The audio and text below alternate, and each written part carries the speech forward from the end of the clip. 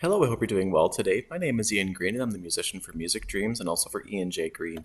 And today it's my pleasure to continue with part 4 of Unit 5 on applied dominant chords. Let's go over to the example here on my screen, and we can discuss how to use four-part writing with applied chords, and specifically with applied diminished seventh chords. Now, when we want to write diminished seventh chords, you can spell them traditionally in the complete form, if possible, if at all possible. So you would have a root, a third, a fifth, and a seventh.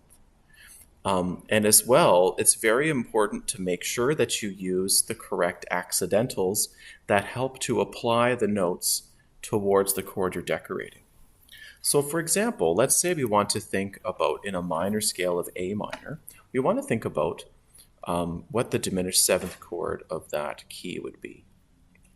That would be G sharp, B, D, and F, going to A minor.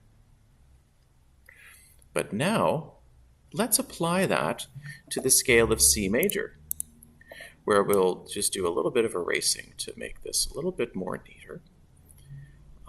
And we'll think about how, in the scale of C major, the sixth chord is A minor. So let's say we wanted to do the diminished seventh chord of 6. Then we would write G sharp, B, D, F,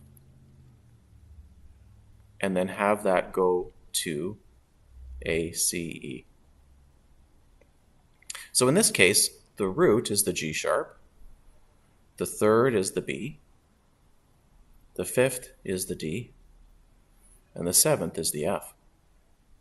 And then we would have all these notes resolve towards the notes of A minor, A, C, E, which is also known as the sixth chord in the key of C. So in a way, what we're doing is adding the G sharp as an accidental to change the quality of the sound of that chord to apply to the A minor chord. And then what we're doing is we're just creating a really fun different color. Now, something that's important when doing this is to spell the chords as much closely as possible, so that all of the qualitative notes are included, and also you can then get that nice stepwise motion when creating the resolutions.